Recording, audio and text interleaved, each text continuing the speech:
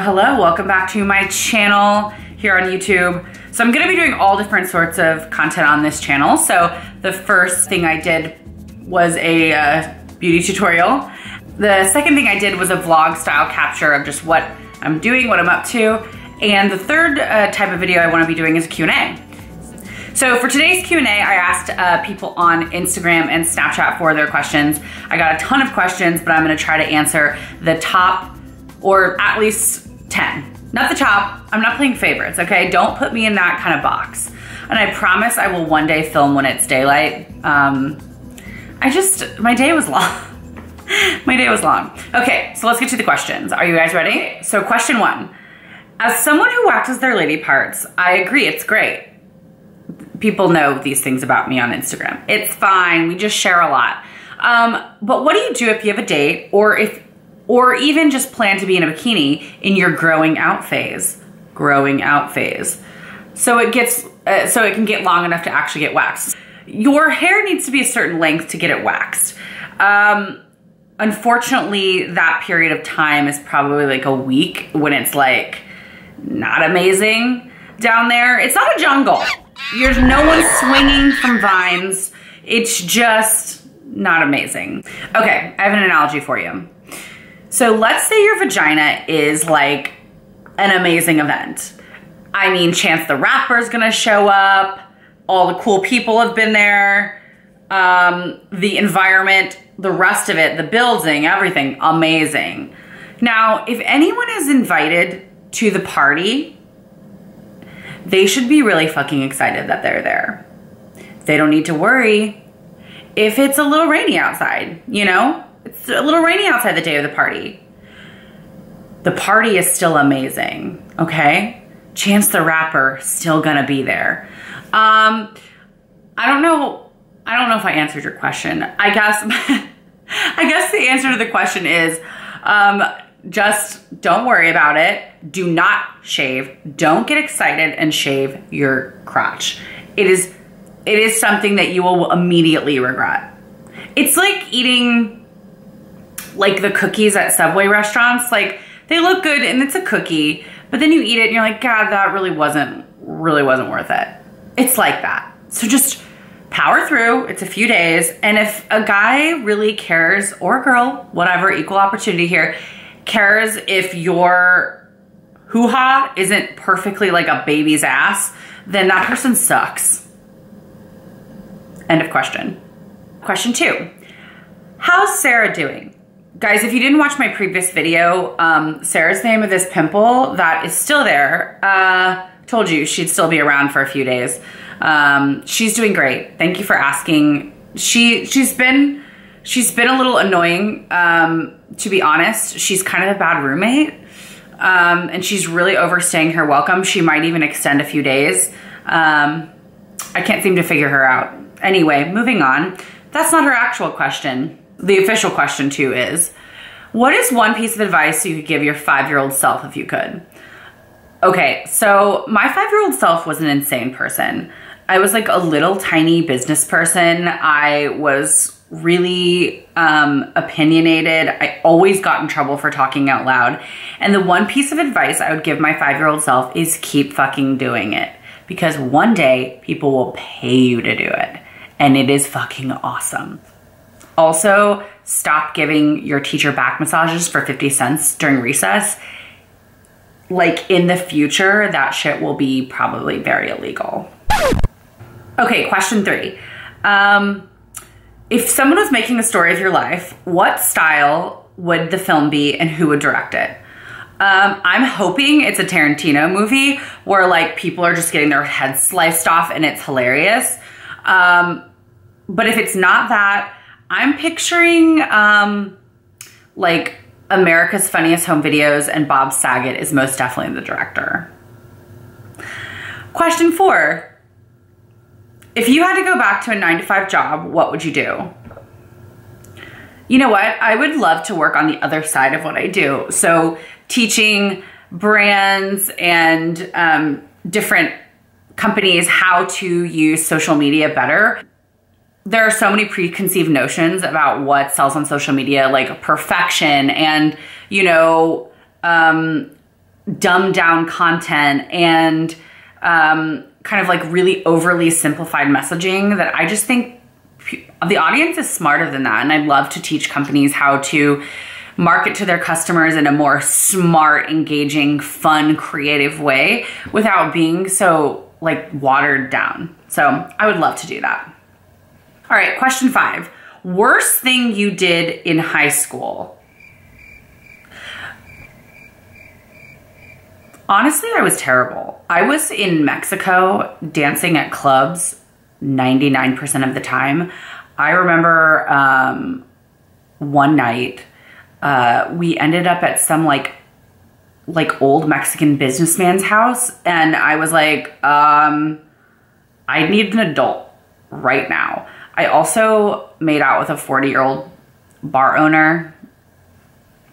Not great. I was 15. Also, I was eating a lot of street tacos, which I'm glad I did, and I would never apologize for that. Next question. What is the funniest thing that's ever happened to you?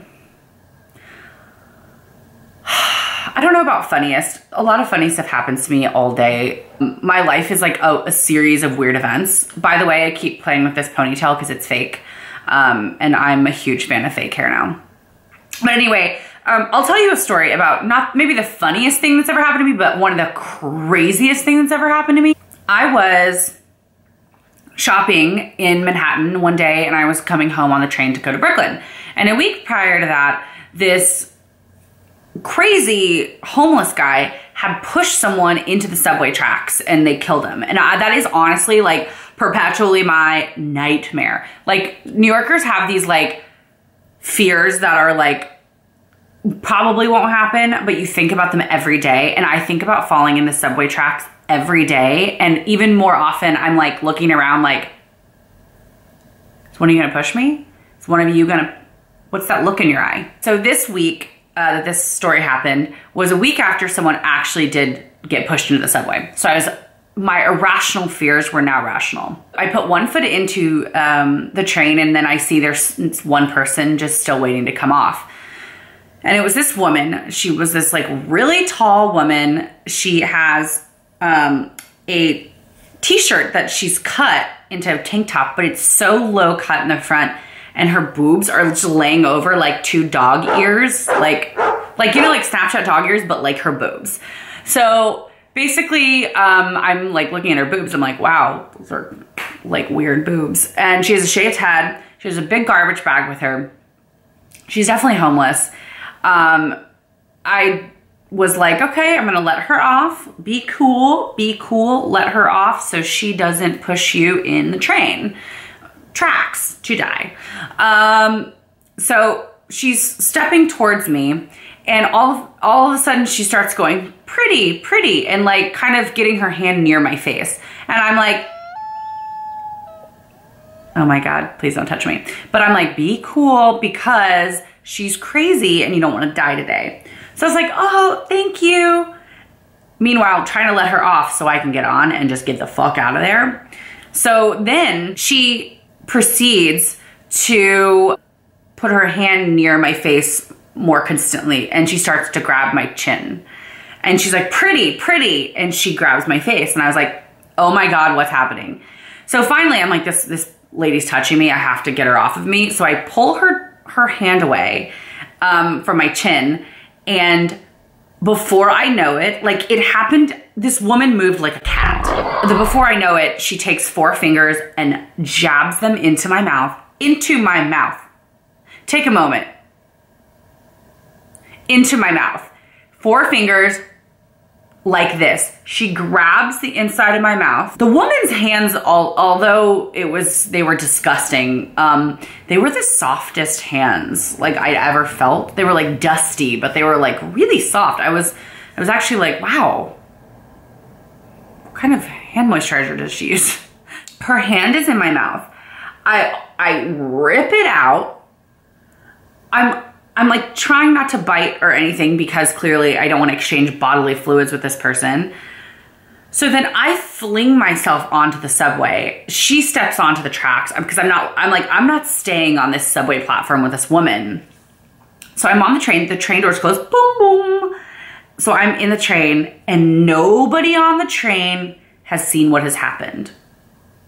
No one has seen what just occurred. So I don't have anyone to be like, oh my God, like that was crazy. But also I'm trying not to breathe or swallow or touch my tongue to anything. So I'm on the train like this,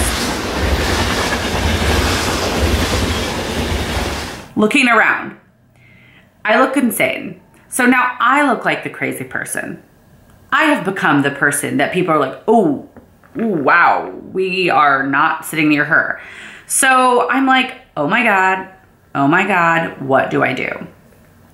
I look in my purse and I'm like, I've got to have something to wipe my tongue off with. I have a 45-minute subway ride and I need something to help me here. Just for the moment. I'm looking through my bag and I had like some sample items from, I had a huge purse and I had this gift bag in there and I had a bunch of samples in there from an event, a beauty event I'd gone to the night before. I was like, oh God, there has to be something in here. So I'm rifling through this bag and I find this tiny little square of a wipe. And I'm like, score, nailed it. It's a wipe. I look closer. It's a vaginal wipe.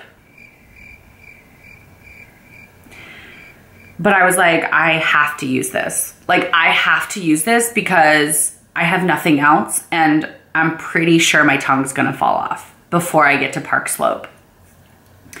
So I unwrap the vaginal wipe and I'm wiping my tongue off like this. Everyone thinks I'm insane. Everyone is grossed out. But I did get home finally. Nobody sat by me on the train, by the way. I got home and I have never used as much Listerine as I did in that moment. I was like, I probably did it 5 times. My tongue felt so numb, but I was like, I don't care. I don't care. I don't even care if I have a tongue anymore. Just cut it off. Just get rid of it. I swear to God, if I had a knife instead of a vaginal wipe, I probably would have used it. Anyway, moving on. Was that a funny story or was that a crazy story? Don't know. Next question. Do you have any advice or tips for someone trying to get into the fitness world when it seems everyone wants to be a personal trainer, instructor, fitness blogger, etc.? That is a great question because I get asked this almost every day. The fitness world, while I'm more in the lifestyle world, I do have a significant part of my community that's based in fitness.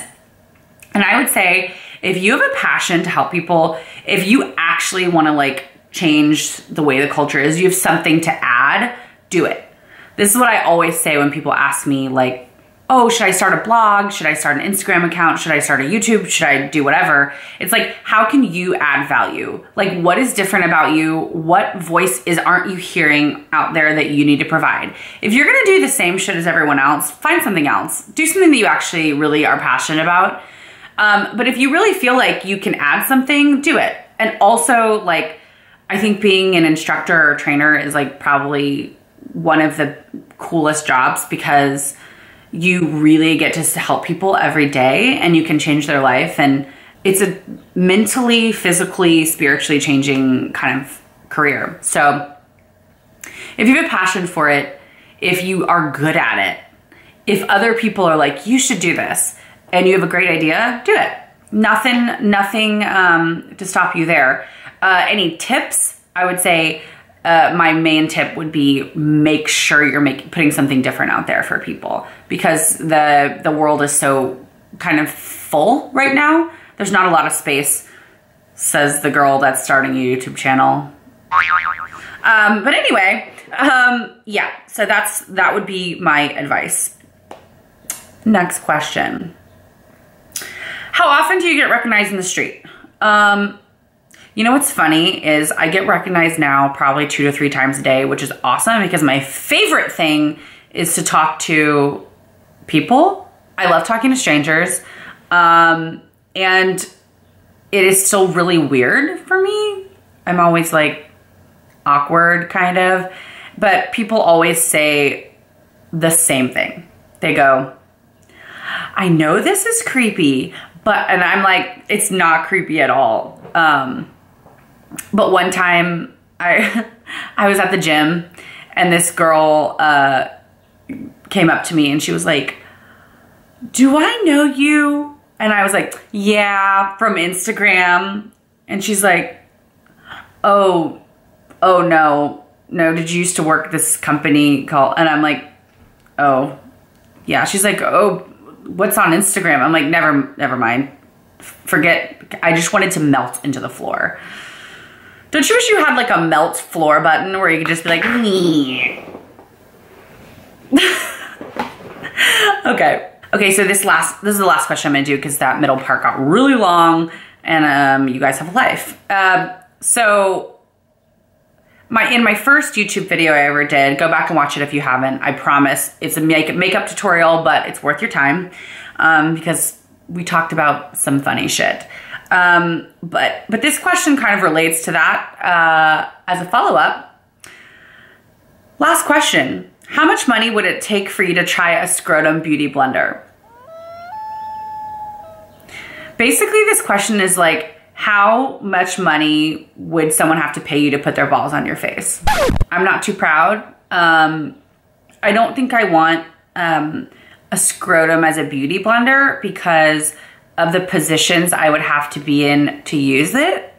I feel like I would have to be like underneath, and like that position doesn't work for me and my lighting scheme currently. But the answer to your question is $15. All right, guys, thank you so much for watching. I hope you had fun watching that Q&A. If you have other Q&A questions, feel free to send them to me on Instagram, Snapchat, or right here in the comments.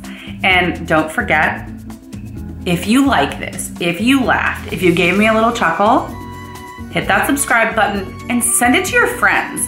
All right, bye guys. See you next time.